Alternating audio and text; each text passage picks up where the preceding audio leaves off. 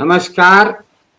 बहुजन संवाद के साप्ताहिक कार्यक्रम सप्ताह की बात में आपका स्वागत है। झारखंड चलते हैं, हमारे साथ जुड़े हुए हैं झारखंड से हमारे साथी राकेश रंजन जी। राकेश रंजन जी बताएं, क्या झारखंड की स्थिति क्या है और देश की राजनीति का झारखंड की राजनीति पर क्या असर पड़ रहा है? जी हाँ, नमस्कार। देखिए, जो झारखंड है तो देश का हिस्सा है, देश का भाग है, तो जो देश की राजनीति होगी तो उसका असर तो बेशक पड़ना है। और अभी जो खास तौर से जो संसद में जो बातें हुई है, जो बाबा साहब पर चर्चा के दौरान, और उसमें जो बातें निकल कर आई और उससे जो बड़े वर्ग में जो नाराजगी है, उसका असर झारखंड में भी है, पड़ोस के बिहार में भी है पूरी तरह।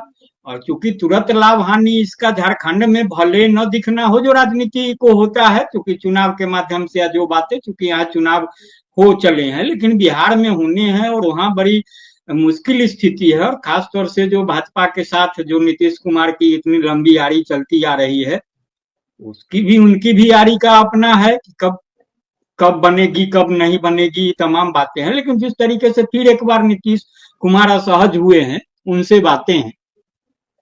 लेकिन जो अभी चर्चा चल रही थी, जो संविधान पर जो हुआ है, कुछ असहज बातें जो आ गई, जो संसद में हुई है और जिस पर सलीम जी ने कहे थे, उसमें उन्होंने आरएसएस का भी उल्लेख किया, तमाम बातें हैं। लेकिन यहाँ जो लोगों के जहन में बड़े स्पष्ट रूप से यह बात आती है कि आप मोहन भागवत की बातों को, भाजपा के किसी बड़े नेताओं की बातों को, भाजपा के बड़े नेता कौन, मतलब अब तो नरेंद्र मोदी हैं, अमित शाह हैं जो है, और तो तमाम कोई ऐसे नेता की गिनती होती नहीं है। जो बातें उनको अलग अलग मान लेना और उनकी बातों को असहमति के रूप में देखना, यह राजनीति के लिए भी बहुत फायदेमंद नहीं है। खासतौर से जो विरोधी हैं, इसको इस रूप में आप देखिए कि अगर आरएसएस भाजपा के किसी मुद्दे से असहमति जताती है तो वह एक संदेश देना चाहती है कि यह न समझिए जो भाजपा कर रही है उससे पूरे हम 100% सहमत हैं, बातें हैं। लेकिन भीतर से जो बातें होती है उसमें होता है कि अपना बचाव करना, एक तरीके से पर्दादारी करना।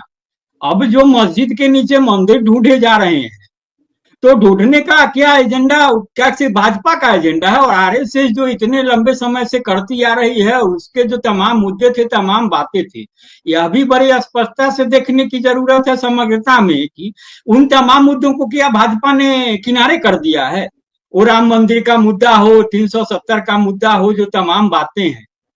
और आप देखिए, भाजपा जो संसद में हुआ और अमित शाह ने बातें कही, उस बातों को नकारात्मक रूप से लेने की बजाय उसको, विपक्ष को भी बहुत तरीके से यह सोचने की जरूरत है कि जिस भाजपा का, जिस आरएसएस का कहीं बाबा साहब के विचारों से 1% भी लेना देना नहीं है, जो बाबा साहब की जो बातें थी तमाम कोई सहमति नहीं है, वहां अगर भाजपा इस स्थिति में आकर खड़ी हो चली है कि वह बता रही है लोगों को कि बाबा साहब के हम मानने वाले या उनके जो बनाए संविधान है उसका अनुसरण करने वाले हमसे ज्यादा बड़ा विपक्ष के लोग कैसे हो गए, कांग्रेस कैसे हो गई। तो यह भाजपा की बड़ी जीत के रूप में आप इसको इस रूप में देखिए, और तमाम बातें एक बड़ी तबका इस रूप में भी सोच रहा है।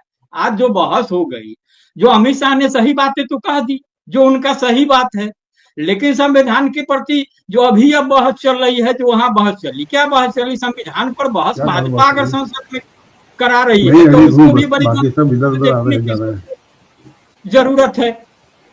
तो वहां करते हुए आखिर चर्चा क्या हुई, विपक्ष ने भी किया, विपक्ष ने किया, उसने यह कर दिया, उसने यह कर दिया। अरे संविधान की मूल भावना के साथ तो सबने उतने ही खिलवाड़ किए, कहीं कोई ऐसा नहीं है कि कोई दूध का धूला है, तमाम बातें हैं। तो बातें जाकर वहां होनी है। लेकिन एक बात जो निकली कि जो विपक्ष, जो भाजपा पिछले लोकसभा चुनाव के समय आत्मनिर्भर भाजपा थी, आत्मनिर्भर भाजपा इस रूप में कि वह कह रही थी कि अब हमको आरएसएस की जरूरत नहीं, बात उसकी भी अलग बात है, उससे भी हम सहमत नहीं है कि जो कह रही थी वह सीधा कर रही थी और वह सचमुच कह रही थी, नहीं, वो भ्रम डालने की बात थी। लेकिन बावजूद इसके कह रही थी कि भाजपा अब आज की तारीख में आत्मनिर्भर है। तो चुनाव परिणाम में यह दिखा कि वह भाजपा फिर निर्भर भाजपा हो गई, भले वो नीतीश कुमार के भरोसे हो जाए, चंद्रबाबू नायडू के भरोसे हो जाए, जो बातें हैं, और उनको आत्मनिर्भर भाजपा को निर्भर भाजपा बनाने में कम से कम वो संविधान का जो है मामला जो आया, जिस तरीके से राहुल गांधी या विपक्ष ने, यहाँ अखिलेश सिंह यादव ने भी उठाया यूपी में, और यूपी में सर्वाधिक प्रभाव दिखा जो गोलबंदी हुई थी, उसको बरकरार रखने की जो जरूरत थी, वो कालक्रम में क्या हो गया, अडानी के मुद्दे पर लेकर चलते रहे राहुल गांधी, और फिर विपक्ष की एकता, अडानी के मुद्दे पर सहमति नहीं बन सकती भाई, अंबानी के मुद्दे पर सहमति नहीं बनेगी। अब अंबानी के बेटे की शादी में भोज खाने के लिए तो अब राहुल गांधी नहीं जाएंगे, लेकिन सब लोग जाएंगे, उनकी पार्टी के लोग ही जाएंगे। तो इस तरीके की जो बातें हैं, तो एक नई बात यह हुई, जो बाबा साहब का जो अपमान हुआ जिस रूप में कहा, और स्वर्ग जाएंगे नरक जाएंगे क्या करेंगे अमित शाह ने, तो उसे एक बार फिर विपक्ष एकजुट हुआ है, और उस एकजुटता को बड़ी मजबूती से लेकर आगे बढ़ने की जरूरत है, क्योंकि इससे बहुसंख्यक लोगों का जुड़ाव है, जो शोषण की बातें हैं, जो तमाम बातें हैं जिस रूप में कही जाए, लेकिन समस्या अभी हल नहीं हुआ। तो यह स्थिति है, इसलिए नीतीश भी थोड़ा असहज है बिहार में कि अब क्या करें नहीं करें भाजपा के साथ, क्योंकि अगर भाजपा जो कह रही है और अमित शाह के बयान को लेकर के जो स्थिति बन रही है, उसमें दिक्कत होगी यहाँ पर बिहार में भी। धन्यवाद तो राकेश यही रंजन जी। जी राष्ट्रीय चुनाव विधेयक लाया गया तो संसद के अंदर व्हिप जारी किया था भारतीय जनता पार्टी ने, और 20 सांसद अनुपस्थित रहे भाजपा के। तो चाल चरित्र और चेहरे की इस पार्टी में क्या बगावत के सुर फूटने लगे हैं? पहली बात तो मैं ये कहना चाहूंगा कि जो 23 दिसंबर को किसान दिवस चौधरी चरण सिंह जी का जो मनाया जाता है पूरे देश में, उस अवसर पर उत्तर प्रदेश में तो बहुत सारे कार्यक्रम हुए, देश भर में कार्यक्रम हुए, क्योंकि चौधरी चरण सिंह एक ऐसे व्यक्ति थे जो ये कहते थे कि किसानों अपनी एक नजर हल पर रखो और एक नजर दिल्ली के ऊपर रखो। और वो मुख्यमंत्री भी रहे और प्रधानमंत्री भी रहे, और कहा जाता है कि पटवारियों को अगर किसी ने ठीक करने का काम किया तो वो चौधरी चरण सिंह थे। राजनीति में कितने भी ऊपर गए, लेकिन उन्होंने किसान नहीं छोड़ा, गांव नहीं छोड़ा, खेत नहीं छोड़ा, और उसकी पूरी इकोनॉमिक्स के ऊपर वो बातचीत करते रहे।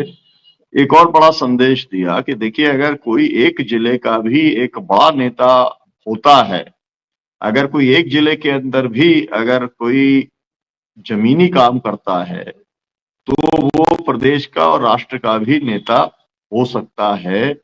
ये बात उन्होंने स्थापित करने का काम भी किया। उनका जो लोकदल था, वो हम लोग एक जमाने में नारा लगाते थे कि लोकदल की छाव में गांव का पैसा गांव में। आज 23 दिसंबर को पूरे देश में जो जगजीत सिंह डल्लेवाल 29 दिन हो गए उनके आमरण अनशन के, है ना, उन्हों का हालत बहुत खराब है।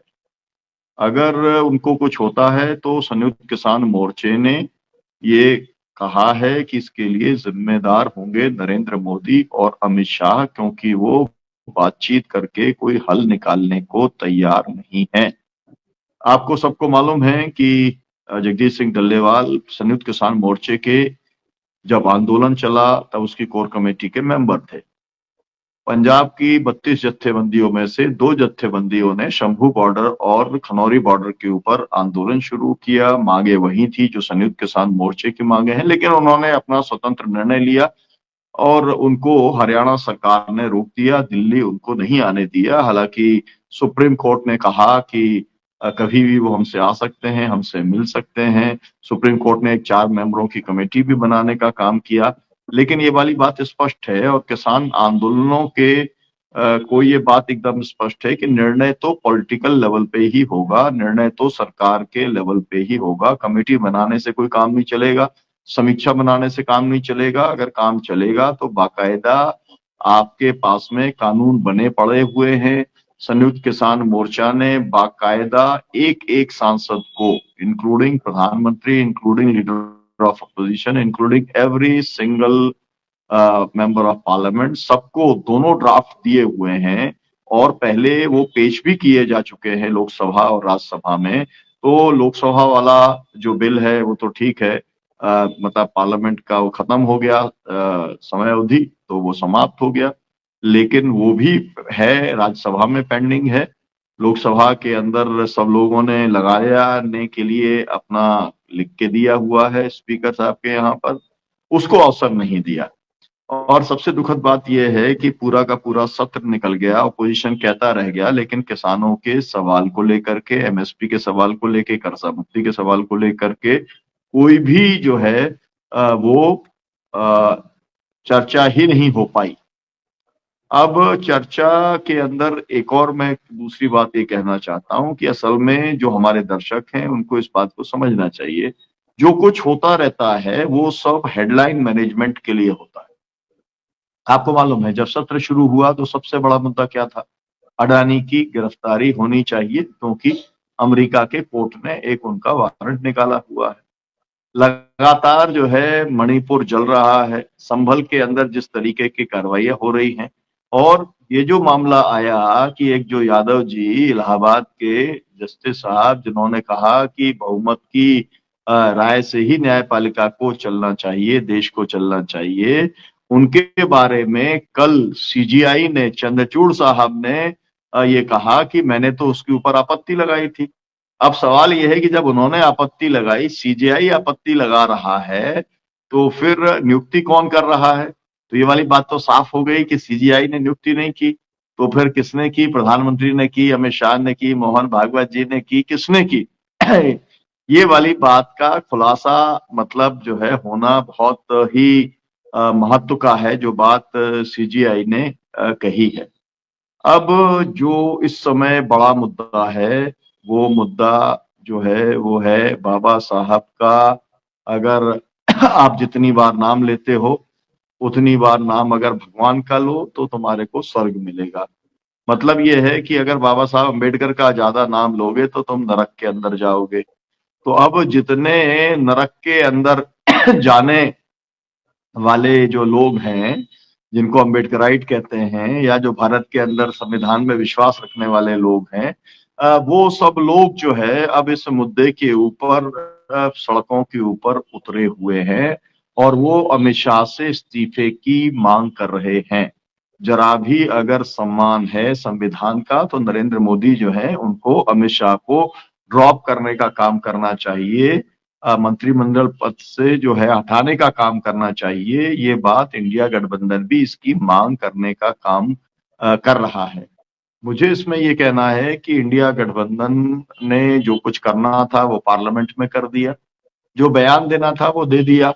अब सड़कों पे आने का समय है, और ये वाली बात इस देश के अंदर और दुनिया के अंदर दिखाने का समय आ गया है कि जो भी व्यक्ति, जो भी पार्टी बाबा साहब का अपमान करेगी, वो इस देश के अंदर राज नहीं कर सकती, वो व्यक्ति इस देश के अंदर मंत्री नहीं रह सकता। ये साबित करने का समय है। और आपको मालूम है कि पार्टियों को जो कुछ करना है वो पार्लियामेंट के अंदर करेंगी, बाकी तो फिर जनता है और सड़क है।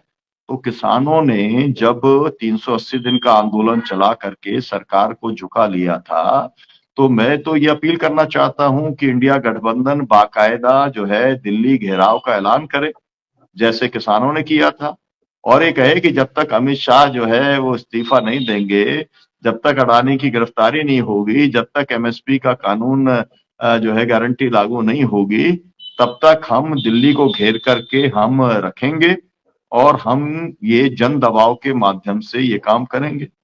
हमने इसका प्रयोग देखा है, हमने बांग्लादेश में इसका प्रयोग देखा कि ये जो है वो हसीना भाग खड़ी हुई, वो यहाँ पर आ गई। अब श्रीलंका जो है वहां पर हमने ये देखा, हमने अभी जो है सीरिया के अंदर देखा। मैं कोई तुलना नहीं करना चाह रहा, ना तो ये तीनों जो घटनाएं हुई हैं इनकी आपस में तुलना करना चाह रहा हूं, ना ही भारत के अंदर ऐसा होगा ये मैं कहना चाह रहा हूं। मेरा कहना यह है कि जन दबाव ही लोकतंत्र के अंदर कुछ भी समस्या को हल कराने का एक रास्ता है। पार्लियामेंट के अंदर दबाव बनाइए, सड़कों के ऊपर दबाव बनाइए, अपनी बातों को सत्य अहिंसा सत्याग्रह के माध्यम से, गांधी के माध्यम से आप सरकार से मनवाने का काम करिए। तो मुझे लगता है कि अगर इसको बहुत, जैसे कहते हैं ना कि एकदम बूस्ट मिलना है, तो उसका एक ही तरीका है, वही तरीका ये है कि अब जो पुलिस तफ्तीश कर रही है और पूरा रिक्रिएट सीन करने पार्लियामेंट जा रही है और शायद उनको स्पीकर साहब ने अनुमति दे दी है, अब जो है ये गैर जमानती वारंट निकलने वाले हैं, तो राहुल गांधी की गिरफ्तारी हो जाए। एक बार गिरफ्तारी हो जाए, कांग्रेस पहले सड़कों पे आ जाए, इंडिया गठबंधन पूरा सड़कों के ऊपर आ जाए, और फिर जो है आर पार की लड़ाई एक बार अगर शुरू होती है तो मुझे लगता है कि 110% नतीजा निकलेगा। ये जो सरकार अडानी अंबानी को फिर से अब किसानों की जमीन सौंपने के लिए एक राष्ट्रीय कृषि बाजार जो बिल लेकर के आ रही है, उसका ड्राफ्ट उसने भेजा है। मतलब 3 कानून जो वो पारित नहीं कर पाए, उन्हें राज्यों के माध्यम से अब लागू करने की साजिश है, जिसके अंदर कॉन्ट्रैक्ट फार्मिंग, वही पुरानी कॉन्ट्रैक्ट फार्मिंग जिसका किसानों ने विरोध किया था, वही मंडी व्यवस्था को खत्म करने का, एग्रीकल्चर के पूरे मार्केट को कॉरपोरेट के हाथ में सौंप